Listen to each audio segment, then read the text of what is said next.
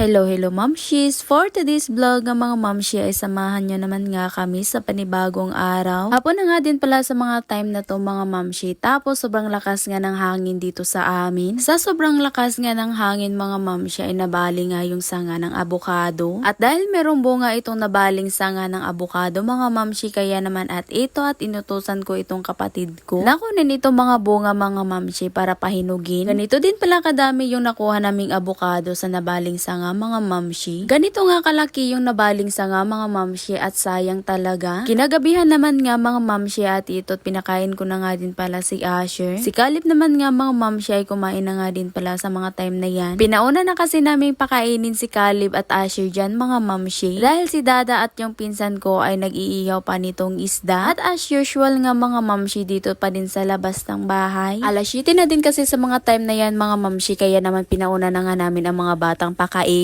Maya-maya nga at naluto na nga din pala itong inihawng isda. Nagkilawin nga din pala sila mga Mamshi. O siya at kain tayo. Syempre hindi talaga mawawala ang sausawan mga Mamshi. Anyway napatimpla din pala ako nitong kape mga Mamshi. As usual black coffee din pala ito. Tapos ito lang pala yung kakainin ko ngayong gabi mga Mamshi. 2 itlog at inihawng isda. Ilang araw na din pala ako nag-ELC mga Mamshi at buti na lang talaga at nakayanan ko. Try ko na din kasi yung calorie deficit mga Mamshi. Kaso nga lang ay hindi ko kinaya dahil natitim pa din ako sa kanin. Ayan naman at nagdi-dirty low carb na nga lang ako. At nakayanan ko naman nga mga Mamshi. As in inalis ko talaga kaagad yung kanin mga Mamshi. Tapos puro ulam lang ang kinakain ko. Itlog at saka gulay mga Mamshi. Pero hindi ko pa talaga nakikita na may progress na dito sa pagda-diet ko. Siguro kapag 2 o 3 buwan na ako dito sa paglo-low carb ay meron ng progress dito sa pagda-diet ko. Inalis ko na nga din pala yung mga matatamis mga Mamshi. Saka yung soft drink. Nag-i-exercise din pala ako mga Mamshi kaso nga lang ay hindi talaga araw-araw. O siya at mabalik na nga tayo mga Mamshi. Gumawa nga pala ako nitong ice water mga Mamshi. Sa sobrang init kasi ng panahon mga Mamshi ay halos kada oras si Dada na bumibili ng yelo sa tindahan. Tapos iniisip ko na kung ako na lang kaya ang gagawa. Total meron naman nga kaming ref dito sa bahay. Ang iniisip ko din kasi mga Mamshi ay dagdag income na nga din pala ito kahit piso-piso lang. Tapos palagi din naman nakabukas yung ref namin mga Mamshi. Para naman hindi sayang sa kuryente kaya ito at gagawa na nga ako nitong ice water. Anyway, medyo marami-rami na nga din pala itong nagawa kong ice water mga Mamshi. Kaya naman at tinawag ko na nga din pala si Dada para mailagay na nga itong mga ice water doon sa ref. Hindi din pala ganong kalaki itong ref namin mga Mamshi kaya naman kaunti lang nagawa kong ice water. Pero okay lang din naman yan mga Mamshi at least meron diba? O siya at ayun lang muna for today's vlog. Salamat sa panonood. God bless!